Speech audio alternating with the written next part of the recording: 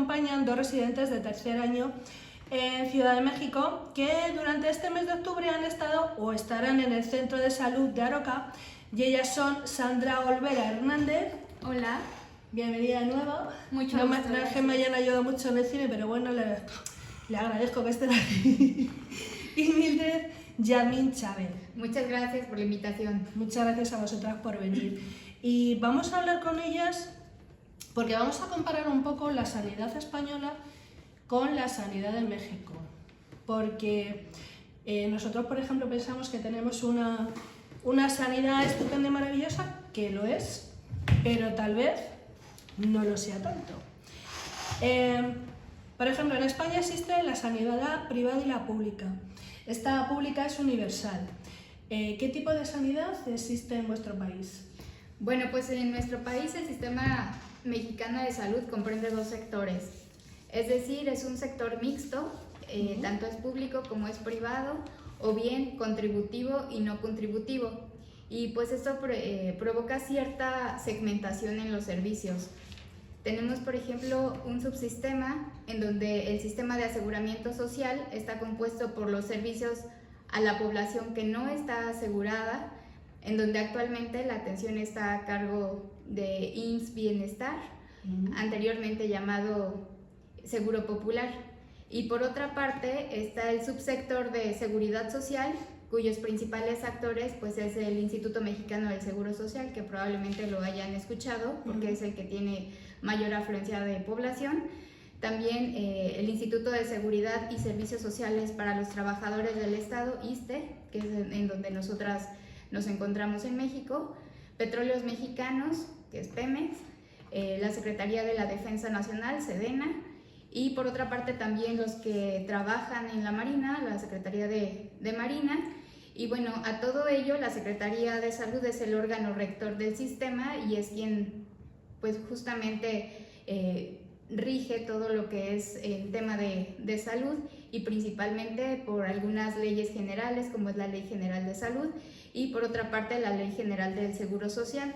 Por otra parte está el sector privado. En el sector privado pues comprende las compañías aseguradoras, quienes son los prestadores de servicio, pero bueno, esto es cuando una persona tiene los recursos para solventar este gasto, o bien hay algunas empresas que contratan y tienen a bien otorgar esta prestación a sus trabajadores. Y bueno, pues cubre a la familia hasta los 18 años de edad. Sin embargo, si el hijo de esta persona comprueba que es estudiante, bueno, este plazo se puede alargar y bueno, o sea, cubre toda la familia y bueno, pues ya los jubilados. O sea que cuando cumplen los 18 solamente siguen pierden la derechohabiencia, pero si comprueban que siguen trabajando, o sea, estudiando, entonces justamente se puede postergar esta derechohabiencia. Así es. La sanidad pública, a pesar de que se nos llena la boca de decir que es universal, que lo es, pero también se nos llena la boca de decir que es gratuita. Pero esto no es cierto en España. La sanidad pública se sustenta con impuestos como son los del IVA o los impuestos de sociedades e incluso los impuestos del alcohol. ¿Cuál es el medio que tiene México para sustentar la sanidad pública? En México, las instituciones de seguridad social en su mayoría son financiadas de cuotas tripartitas. Esto quiere decir que una parte es el empleador, otra el trabajador y otra el Estado. Para las instituciones que brindan atención a la población sin seguridad social, el financiamiento proviene de los ingresos generales del gobierno federal y de los gobiernos estatales. Y por último, para la asistencia privada, el paciente es el que solventa los gastos totales. En España se ha publicado un barómetro donde dice que el 49% de los españoles no sabe que la sanidad pública se financia con los impuestos, porque realmente piensa que la sanidad pública es igual que la seguridad social y es diferente, ¿no?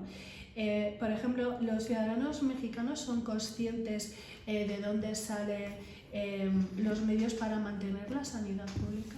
Ok, bueno, en México desconozco si se haya hecho alguna medición como la que mencionas, pero las personas que tienen seguridad social, que representan alrededor del 52% de la población, desde luego que saben de dónde proviene todos los impuestos y aportaciones, ya que como mencionó Sandra, parte la pagamos nosotros como trabajadores, otra parte la paga el gobierno y otra parte la paga el empleador. Entonces es por eso que sí, o sea, todas las personas que tienen seguridad social, al tener esta, que tienen disminución en su, bueno, lo descuentan de su salario, de su nómina, entonces desde luego que sabemos que vienen de ahí. No así, por ejemplo, las personas que estén en algún medio rural o que no tienen ningún tipo de aportación. Aquí en España es que nosotros, no sé si lo sabéis, tenemos un apartado dentro de la nómina que es aportación a la seguridad social, ¿no? Pero sin embargo eso no significa que eso vaya a la sanidad pública, sino que va, por ejemplo, a servicios sociales, a la ley de dependencia y todas esas cosas. La seguridad social realmente va para eso, y luego la sanidad pública se paga de los impuestos. Por eso muchas personas en España confunden lo que es la sanidad pública con la seguridad social, que es totalmente distinto.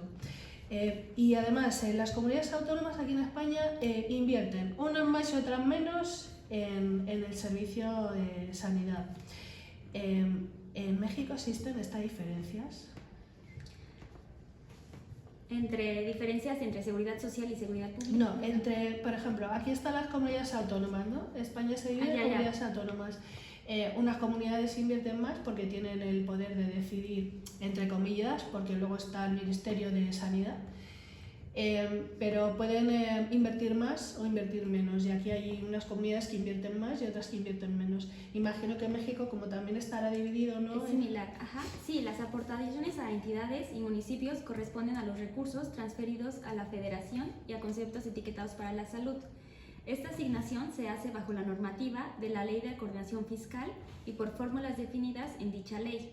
Los gastos per cápita en salud se requiere el gasto teórico en una persona. Se calcula dividiendo el presupuesto total de cada subsistencia de salud entre la población derechohabiente o beneficiaria. De esta manera se obtiene un indicador por institución y estandarizado el tamaño de la población que requiera los servicios de salud.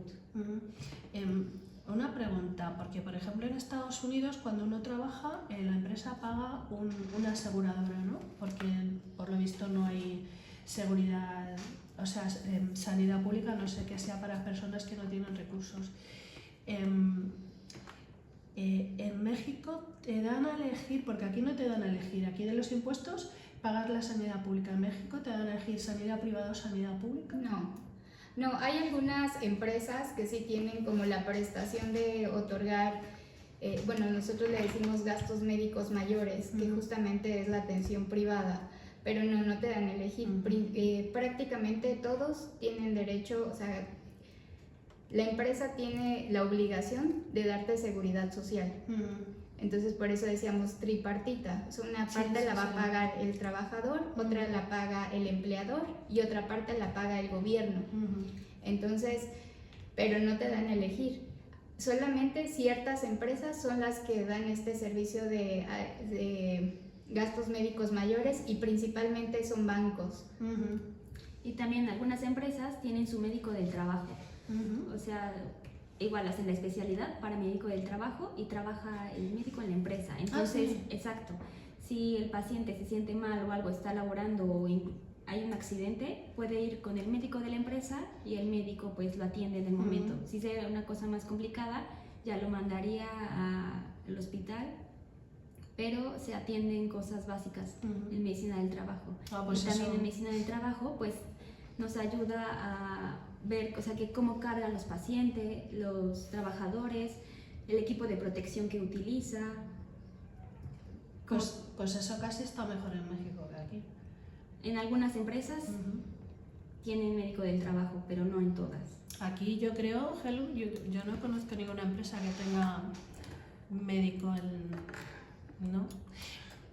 No, la verdad es que la única vez así que fue en la primera empresa en la que estuve, pero te tenías que ir a tomar por saco a Sí, pero que no médico. estaba la empresa, No, no estaba... era como dicen ellos, es una parte que la empresa A paga lo esa mejor otra depende del tipo de empresa. Hay alguna empresa que sí tiene enfermería por X razón. Bueno, de hecho, a ver, ahí vas a decir que es algo lógico, pero hay algún colegio que, por ejemplo, sí tiene enfermería. Es que, Claro. es que eso debería ser lo más normal del mundo y aquí en España no es normal.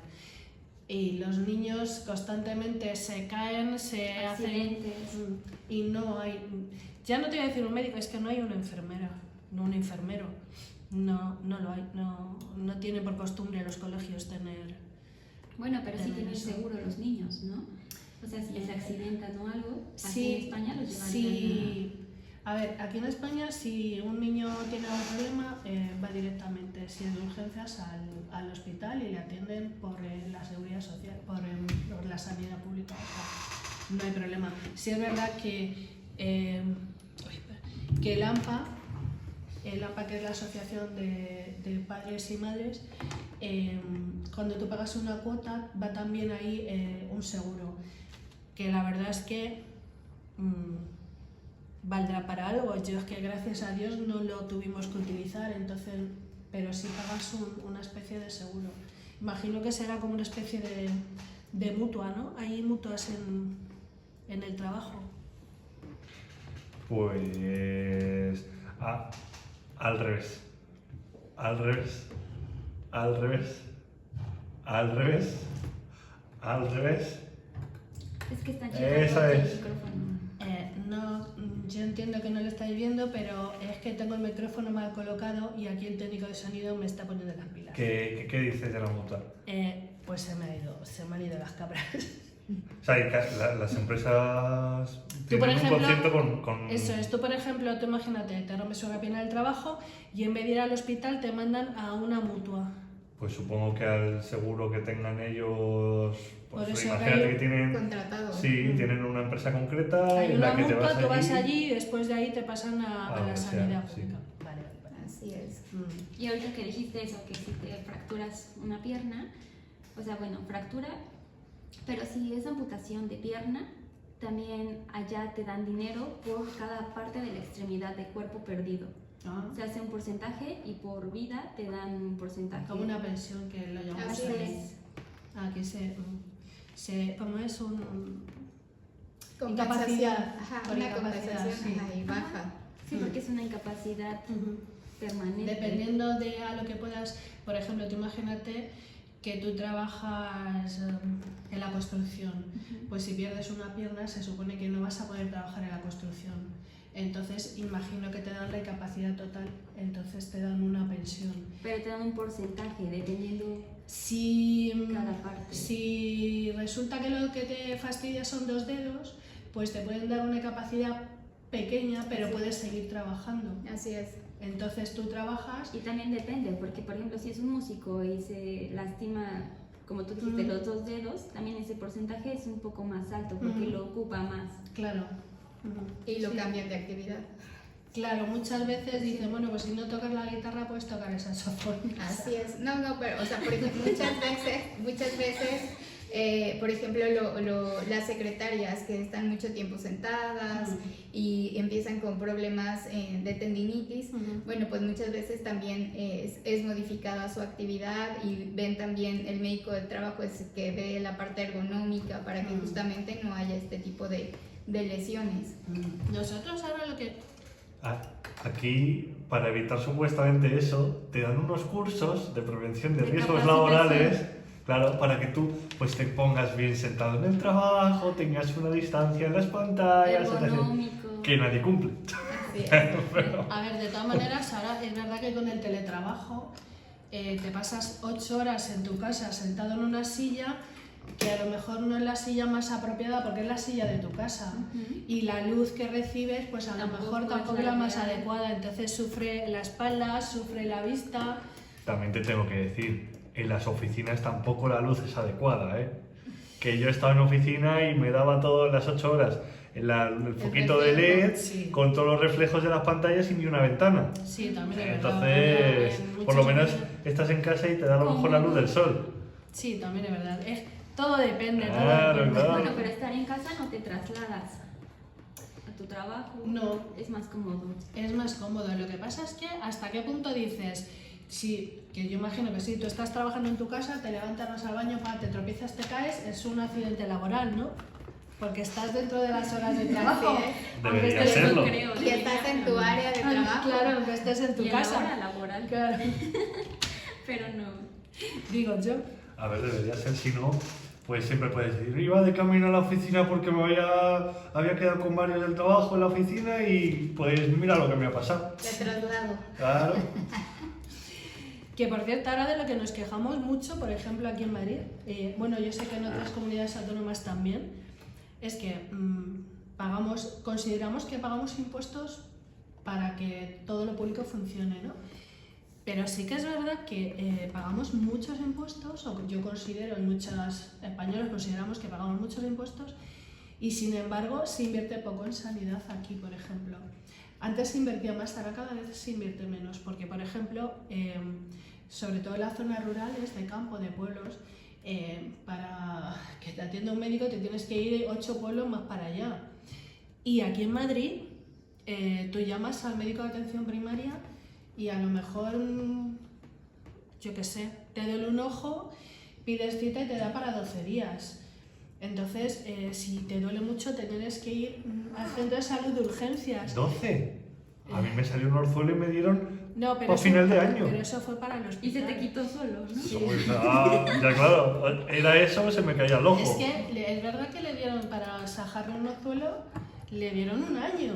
O sea, y- Es que también aquí en España la población ha incrementado, ¿no? O sea, sí, la población ha incrementado y Por se esto- invierte poco en sanidad, se invierte menos en sanidad.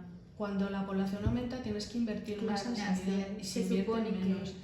Entonces, por ejemplo, en el centro de Aroca, donde estáis vosotros ahora, por ejemplo, los sábados, antiguamente, por la mañana había un servicio de urgencias. Yo llevaba a mi hijo cuando era pequeño, cuando estaba malito y no sabía qué le pasaba, le llevabas. Ahora ya no existe, por ejemplo. Y había centros de urgencia en una que se llama García Noblejas, que tú podías ir por la noche si estabas mal, en vez de saturar un hospital, te ibas al centro de urgencias, te atendían fenomenal y lo cerraron con la pandemia y no lo han vuelto a abrir. Entonces, a ver, hay que invertir en sanidad Claro, sí. y en personal sanitario. Y más por la transición tanto epidemiológica como demográfica, pues porque ahora tienen más personas mayores, más enfermos crónicos y pues claro que necesitan más recursos para poder solventar y incluso hasta las complicaciones que pueden llegar a tener los pacientes que necesitan más. Es que imagínate ahora con la vacunación de la gripe, ¿no? La cantidad, cada vez somos más mayores, evidentemente. Y bueno, más mayores sí que ahora se quiere vacunar a gente más joven también de la gripe.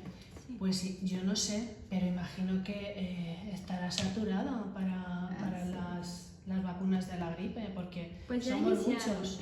Desde octubre se está aplicando la vacuna aquí en Madrid de la gripe, que es influenza, y de COVID.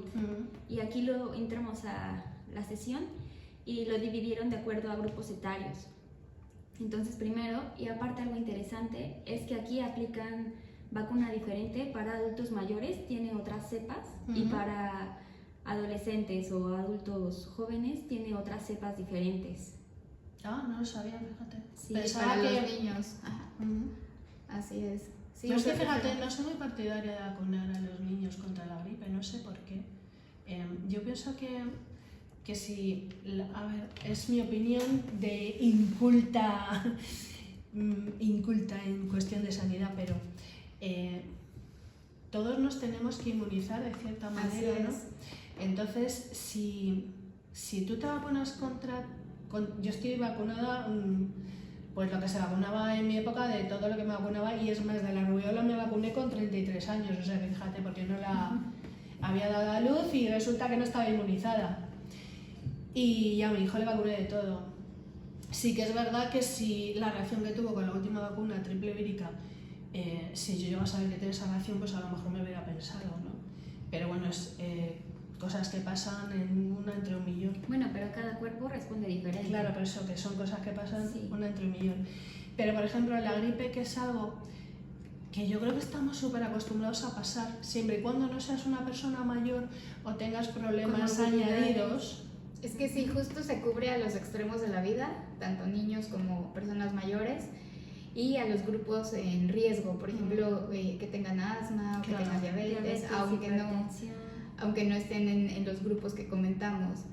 Entonces, pero sí, pues simplemente la vacunación pues es fundamental, y muchas veces, por ejemplo, los niños que conviven en guarderías o los ancianos que están en las casas de día, pues justamente es como una inmunidad de rebaño, por eso es que se trata de que todos estén vacunados. Fíjate, yo cuando era pequeña, por ejemplo, pasamos el sarampión y no me acuerdo quién lo pilló primero, y mi madre nos juntó a Llevaba todos todos. en una habitación para que nos lo pegáramos unos a otros.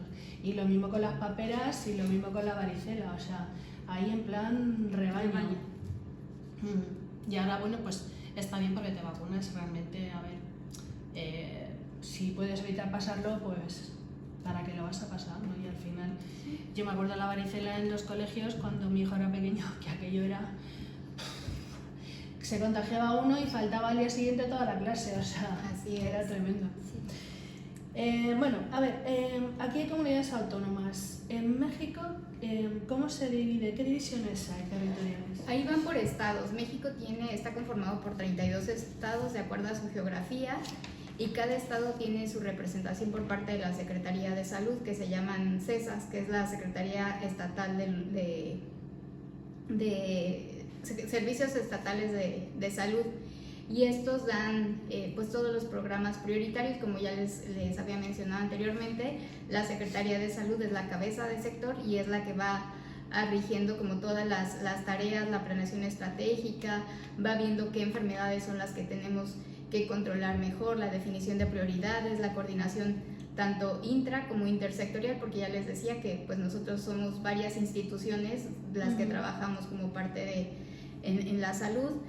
También actividades de regulación para la atención sanitaria, también realizan ciertas evaluaciones para ver si estamos cumpliendo o no con algunas coberturas. Por ejemplo, nosotros en tema de vacunación, pues somos de los mejores países en temas de coberturas de vacunación, y pues somos como referente, no así para otros programas en los que necesitaríamos incrementar las coberturas por ejemplo, de cáncer de cuello uterino o cáncer de mama, que también son programas pues problema para nosotros. El cáncer de mama, por ejemplo, ocupa la primera causa de muerte en mujeres mayores de 25 años. ¿De 25? Así es, y el cáncer de cuello uterino es la segunda causa. Entonces, por eso es que necesitamos incrementar coberturas, pero bueno, pues se requieren diversos y muchísimos recursos para poderlo llevar a cabo. Entonces, pero bueno, en vacunación sí somos ejemplo. Y bueno, pues también este gran problema pues depende mucho también de las desigualdades, de las determinantes sociales que tenemos en nuestro país, que tenemos un mosaico cultural, todavía tenemos pueblos indígenas, pues con sus propios usos y costumbres que a veces son reticentes, ¿no? Así es, nos generan ciertas barreras para que las personas pues tengan acceso a los servicios. Y bueno, pues lo vemos muy marcado tanto en el norte como en el sur del país. En el norte pues gran desarrollo industrial y manufacturero, y pues en el sur vemos mucha pobreza y retraso todavía con ciertos servicios y pobreza extrema. Fíjate, yo creo que en España, por ejemplo, para las grandes cosas somos muy buenos. Yo creo, ¿no? Así o sea, es. a lo mejor vas con un catarro y no te hacen ni caso, o no consigues cita hasta 20 días. Pero yo pienso que para lo grave hay mucho avance y mucha técnica. Así es, y lo vemos porque realmente, por ejemplo, desde el primer nivel de atención ya tienen comunicación con el hospital y van viendo de qué manera agilizar todos los trámites para darles una atención prioritaria. Nosotros, aun cuando a veces solicitamos la atención, pues tratamos de hacer todo para que la persona reciba la atención pues lo más pronta posible, pero pues sí nos llegamos a tardar pues por lo menos unas 2 semanas y eso, así que casi estamos pidiendo el favor de que vean a la paciente con oportunidad. Entonces ahí sí tenemos nosotros grandes áreas de oportunidad para ir agilizando todos estos procesos y bueno, les ayuda mucho también los sistemas de información que tienen. Porque, por ejemplo, veía con el doctor Antonio, que es con quien he estado en Daroca, justamente si un paciente va a urgencias, pues consultamos en la princesa a qué atención fue, qué es lo que le sucedió, incluso hablamos para dar seguimiento en qué va la paciente o el paciente que está solicitando la urgencia o por qué acudió. De hecho, aquí Gelu tuvo un accidente, ¿verdad?, de coche, y fue la princesa y cuando fue a ver a Antonio le dijo, ¿qué tal estás del accidente? Sí, de O hecho sea, que yo... se había comunicado con... Sí, porque están al pendiente. Incluso tienen un programa que avisa qué paciente, con el nombre del paciente, motivo por qué ingresó, los estudios que le hicieron, todas las analíticas que le O pidieron. sea, estás Madre mía. controlado, estás controlado. Y eso que no era el que conducía yo, vamos, si yo a ser yo... Y el Bueno. médico aquí les habla para ver cómo siguen. O sea, si es algo, ejemplo, un choque, que si es algo importante, les habla y les pregunta qué tal, cómo vas, tienes dolor, para seguir una continuidad. Y si es algo leve, o sea, como tú dices, una gripa o algo, pues ya van al hospital, ven, checan, todo está normal, ya no le dan continuidad. Y la verdad es que el servicio de la ambulancia fue espectacular. Rapidísimo. Sí, espectacular. La atención en el momento, ¿verdad?, fue increíble. Aquí hay hospitales públicos que tienen gestión privada, es decir, que aunque son públicos, quien gestiona el dinerito es privado. ¿Ahí sucede también lo mismo, que algo que es público lo gestiona una empresa? Sí, en México se llaman asociaciones público-privadas. Son proyectos que se realizan bajo cualquier esquema para establecer una relación contractual a largo plazo entre el sector público y privado, para la prestación de servicios al público y que se utilice una infraestructura provista total o parcialmente en el sector privado. Las asociaciones público-privadas buscan incrementar los niveles de inversión en el país y mejorar la eficiencia de la prestación de los servicios públicos.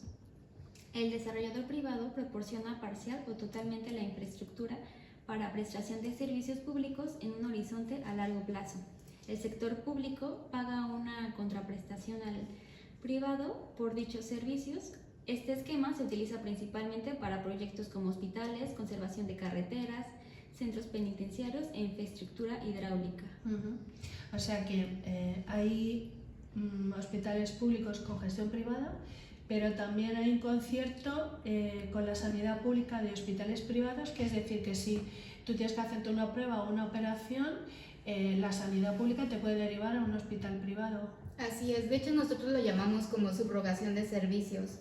Es decir, cuando el mismo hospital o institución no cuenta con cierta prueba especializada, lo gestionamos a fin de que el paciente pueda tener el acceso a la prueba, o bien, por ejemplo, a nosotros nos sucede mucho, tenemos mucho problema con enfermedad renal crónica, ya no están siendo suficientes las salas de hemodiálisis.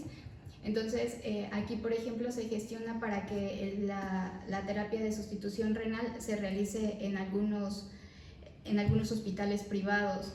O bien, por ejemplo, igual el tema de radioterapia. Por ejemplo, en el ISSSTE únicamente tenemos en 2 sitios para hacer radioterapia. Entonces, dado que ha habido un incremento notable en temas oncológicos, bueno, pues aquí también echamos mano de algunas instituciones privadas para hacer la gestión administrativa para que lo hagan estas instituciones, porque pues a veces demora mucho tiempo, que eso también es otro problema que tenemos, demora tanto tiempo que a veces el mismo paciente llega a pagar el recurso o el procedimiento, pues aunque sabemos que pues esto también se convierte en un gasto de bolsillo y prácticamente catastrófico para la familia. Y aquí, por ejemplo, en Madrid tenemos por ejemplo, llega una edad en la que a mí me dicen tienes que hacerte una revisión, una mamografía. Sí, aquí les avisan en la aplicación. Sí. He visto que varios pacientes llegan. Y si no tienes aplicación, por ejemplo, como por yo que no lo correo. tengo, me lo mandan por correo. Así es, sí, y llegan los pacientes. Y por ejemplo, llegó conmigo un paciente que tenía 65 años de edad, masculino, y dijo, me toca realizarme mi antígeno prostático. Me mandaron el mensaje, y lo que es interesante porque a ellos les van actualizando y les llegan aplicaciones, mensajes, eso está muy muy padre. Bueno, como tú hablaste al inicio, está padre en cuanto a personas que están en contacto con la tecnología. Porque también hay personas, adultos mayores que viven solos. Aquí, o sea, la población, nos ha tocado pacientes de 90, 95, 98 años, activa. Es que en Avenida Aroca hay mucha gente mayor, Así muy mayor es. y muy activa. Activa, ajá. Es verdad. No sé por qué esta zona Longeva. sí es longeva y además... Padre. Bueno, pues es que también hay parques cerca, o sea, se pueden... Sí. La actividad física, caminan más, la forma de alimentación es diferente. O sea, en México no hay, o sea, sí hay parques, pero pues no están tan seguros, o también pues no da tiempo de salir, o sea, te la pasas trabajando, estudiando en la escuela. Y acá pues hasta tienen como un tiempo de comida, receso, ahí esa hora la puedes ocupar para comer, caminar, hacer alguna actividad física. Y también, por ejemplo, la diabetes, acá hay muy pocos pacientes con diabetes en comparación con México. También obesidad, aquí son muy pocos. En México tenemos obesidad infantil, obesidad en adolescentes, adultos. Y también, como había dicho mi compañera, de la enfermedad renal crónica. Hoy fuimos a un congreso de enfermedad renal crónica y aquí en España están en el 8º lugar enfermedad renal crónica. O sea, muy pocos pacientes tienen enfermedad renal crónica. En cambio, en México sí tenemos bastantes pacientes. Puede ser también por el tipo de alimentación. Sí, por las complicaciones que llegan a tener. Diabetes. En México tenemos mucha diabetes, hipertensión. Y acá, pues, hipertensos, muy pocos. Y diabéticos también. Pues los factores de riesgo son También es verdad que, por ejemplo, no sé los demás centros de salud, porque yo el que tengo es de Avenida Aroca, sí que es verdad que coopera mucho con las farmacias o las farmacias con ellos. Por ejemplo, me acuerdo de un vídeo que hicieron hace ya unos años, pues donde había una persona que me parece que tenía colesterol o era azúcar, no me acuerdo, nada de las cosas. Es que aquí en las farmacias toman muestras rápidas de colesterol. En cambio, allá en México te tienes que hacer un laboratorio. Pues ellos en la Avenida Aroca hicieron un vídeo, ¿no? Donde pues a un paciente le diagnosticaban, no sé si colesterol o diabetes, ya no me acuerdo muy bien, y el doctor le mandaba una medicación inexistente. Entonces le decía que tenía que ir a la farmacia y buscarlo, a las farmacias cercanas y buscarlo. Entonces la persona se pasaba el día andando buscando la medicación. ¿Pero eso hace cuánto fue? Pues hará un par de años o 3. Porque ahora aquí en España utilizan una tarjeta sanitaria. Sí, pero lo que pretendía Es con diferente. este vídeo era que esa persona se activara y le bajara el colesterol de manera natural. Es decir, Caminando, que hacía como no física. encontraba la medicación, pues se pasaba el día andando buscándola, ¿no? Entonces un día, otro, y al final controlaban, en cierta manera, le bajaba y hacía que la persona fuera más activa y además cogiera la costumbre de caminar. Así es. Entonces, por eso te digo que hay centros de salud que inventan cosas para ayudar al paciente a no medicarse tanto. Motivadoras, sí. Así es. Pero te decía lo de la tarjeta sanitaria, que es diferente aquí y en México. O sea, aquí en España Sí. el médico tiene como igual una plataforma donde pone los medicamentos que el paciente necesita o requiera. Sí. Y el paciente está educado para que, ejemplo, cuando tenga algún dolor tome paracetamol, ya está en la tarjeta, va directo a la farmacia y lo pide, y el paciente sabe la dosis, el horario, y si no está en la tarjeta no lo puede adquirir en farmacia. En cambio, allá en México necesita ir al médico, solicitar la receta y darle. Bueno, también hay medicamentos de venta libre, pero aquí si necesitan paracetamol, ibuprofeno o algo. Aquí paracetamol y ibuprofeno puedes conseguir el paracetamol y ibuprofeno de 400 gramos. Ajá, en 400 en el y momento solo que es de 10 600, tabletas en el momento que son 600 tienes que ir a que te lo al receten. médico. Así es. Y medicamentos, por ejemplo, relajantes musculares, nada, Nada. eso tiene que ser todo con prescripción médica. Y la tarjeta evidentemente. Y así debería de ser. Sí, porque antibióticos y eso. No, eso tienes que ir a que te lo recetemos si no lo consigues. Así es. A no ser que lo vendan por internet, que no lo sé. Yo que tampoco me atrevo a tomarme nada que me manden por internet, por si acaso. No. Y hablando de las recetas, los jubilados, las personas dependientes, tienen beneficios en cuanto a los fármacos, ¿no? Estas personas pues pagan un 10% del medicamento con un tope, me parece que son 8,30 € o algo así. ¿En vuestros jubilados también tienen algún tipo de beneficio con la medicación? Aquí en México las personas mayores reciben su medicación en la unidad médica en donde son atendidos prácticamente en todas, sin embargo, y sin realizar ningún pago adicional. Pero bueno, hemos tenido problemas en los últimos años con la existencia de algunos fármacos, entonces pues ahí por parte de la institución, al haber el desabasto, el paciente tiene que adquirirlos y bueno, el solventar el gasto de bolsillo, volvemos a lo mismo.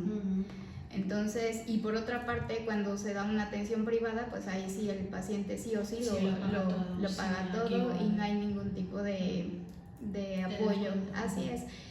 Actualmente hay algunas farmacéuticas que sí ponen ciertas promociones, por ejemplo, más en fármacos que son para la utilización de enfermedades crónicas, los que ponen 2x1, pero en realidad como tal que la misma institución lo pague, ahí sí no. O sea, cuando es privado el paciente paga todo. Así es. Y en las instituciones pues regularmente tenemos o contamos con los fármacos, pero bueno, en ocasiones hemos tenido desabasto de algunos y bueno, el paciente tendrá que solventarlo. Aquí hay algo ¿cómo se llama? El medicamento este para pinchar, que la gente es para la glucosa y la gente lo utiliza para adelgazar, que estaba mi padre que es diabético. ¿Insulina? No. No sé cómo se llama. Sé que las pastillas son metformina, pero el inyectable no me acuerdo cómo se llama. Que pues de repente la gente le entró un afán por utilizarlo como para adelgazar. Y entonces, bueno, pues había médicos que sí consideraban que se podía utilizar para adelgazar y la gente diabética, mucha no encontraba la medicación para su problema de diabetes. O sea que... Ay, no me acuerdo cómo se llama. Si es que estoy de 90. Muchos españoles consideramos que hoy en día no se invierte suficiente dinero en investigación. Perdón. Y muchos investigadores siguen hoy todavía yéndose a trabajar o a estudiar a otros países. ¿Consideráis que el Estado mexicano invierte suficiente en investigación? En el caso de México, este organismo sería el Consejo Nacional de Ciencia y Tecnología, CONACYT. Su trabajo está estipulado en la Ley General de Educación, de acuerdo al artículo 25 de esta ley. El Estado debe de invertir como mínimo un 8% del Producto Interno Bruto en materia de educación, el cual el 1% debe dirigirse a la investigación científica y al desarrollo tecnológico realizado por instituciones de educación superior. El CONACYT, en teoría, administra y distribuye los fondos para la producción del conocimiento científico. Pero esta meta no ha sido alcanzada en más de una década. La inversión en el conocimiento sufre un déficit nacional que pone en desventaja en comparación con los recursos asignados a las comunidades científicas en otros países. ¿Qué opináis de la sanidad pública española? Pues a mí me pareció que es un sistema muy completo al ser universal, pues promueve que pues prácticamente todas las personas tengan acceso a él, evita la duplicidad de funciones, por lo tanto pues no hace que gasten en cosas innecesarias. permite brindar una atención integral, como ya lo comentábamos, da un seguimiento puntual a los pacientes, como lo que platicábamos cuando un paciente va a urgencias. Eso me dejó como muy sorprendida, y aparte me encanta porque es como una calidad extra para dar como la atención al paciente, qué pasó con ello, aprovechar los recursos al máximo, la coordinación entre las unidades para agilizar las atenciones prioritarias que les comentaba. Por ejemplo, nosotros cuando llegamos a detectar alguna paciente con sospecha de cáncer, pues prácticamente es como que pedir el favor para que agilicemos y pues si las cosas funcionan bien, no tendremos por qué estar haciendo esto, porque ni modo que estemos pidiendo favores por cada paciente. O sea, tenemos que tenerlo de manera establecido.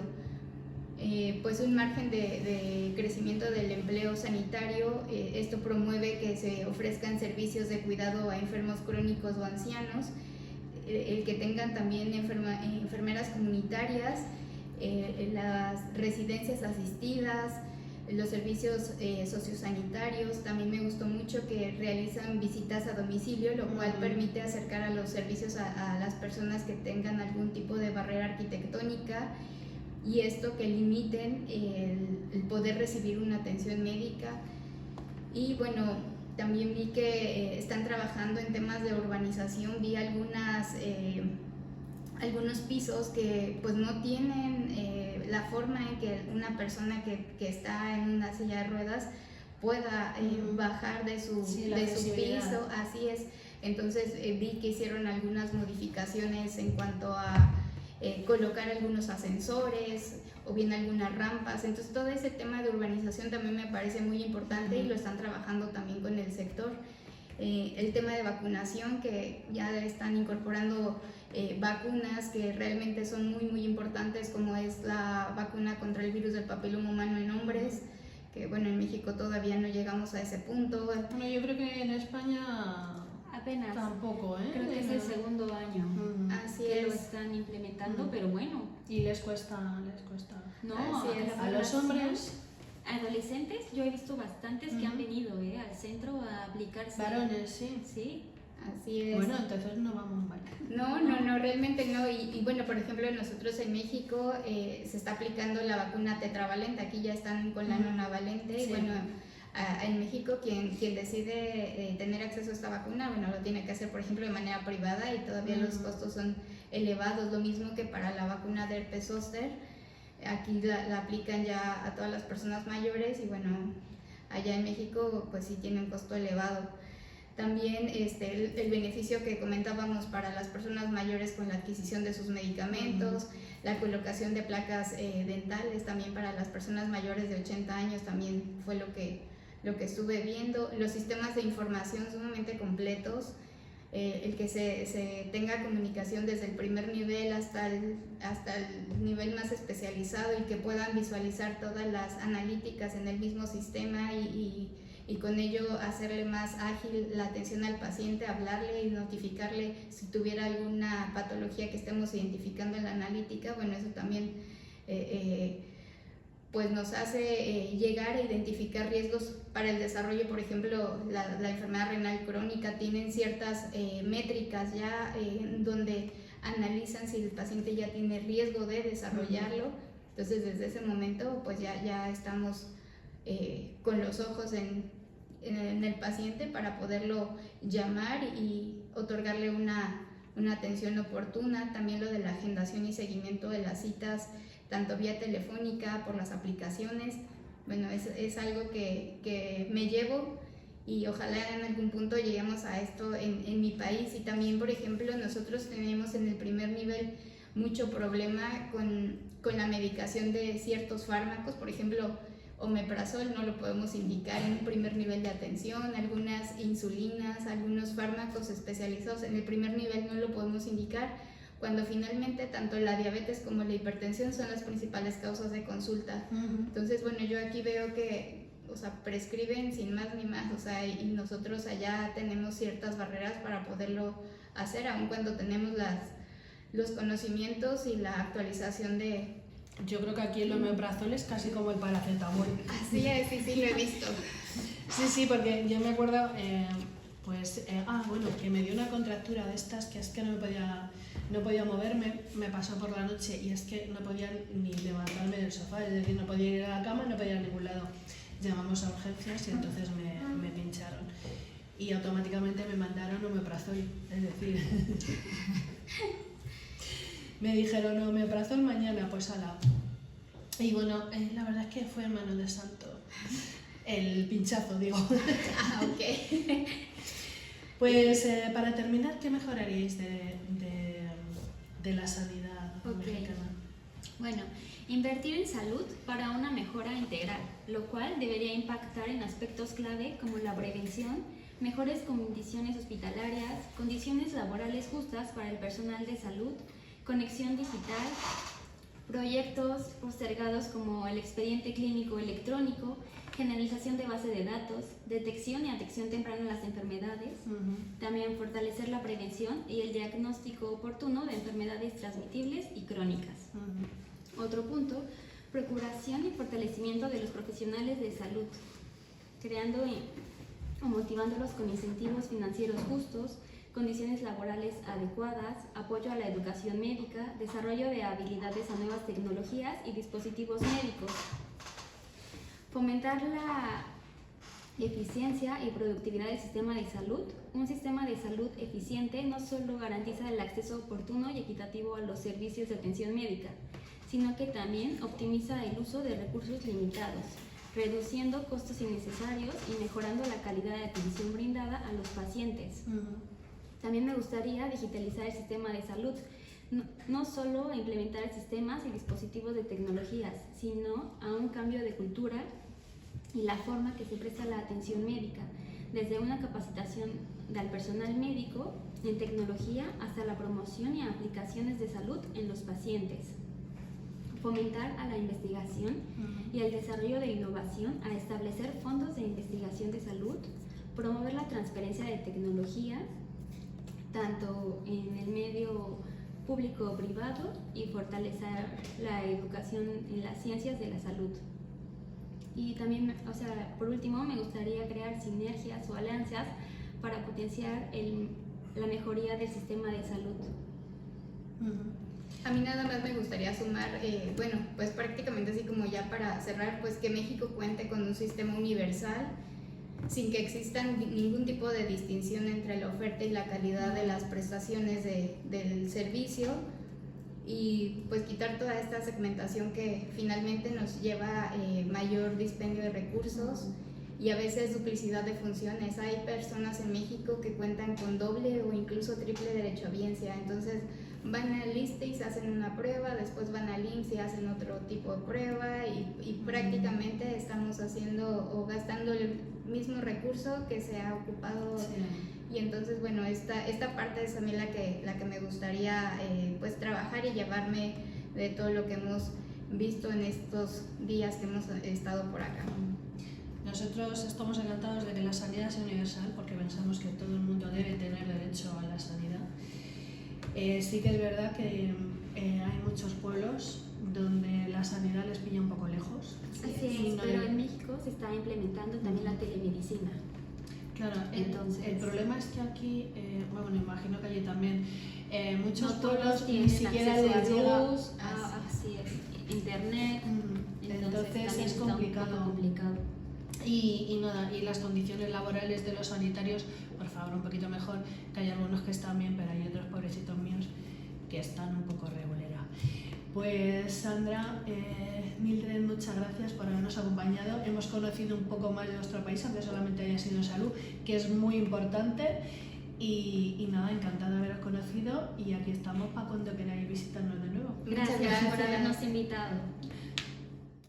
Tu sonrisa está, déjala llegar, tu sonrisa está a la vuelta de la esquina.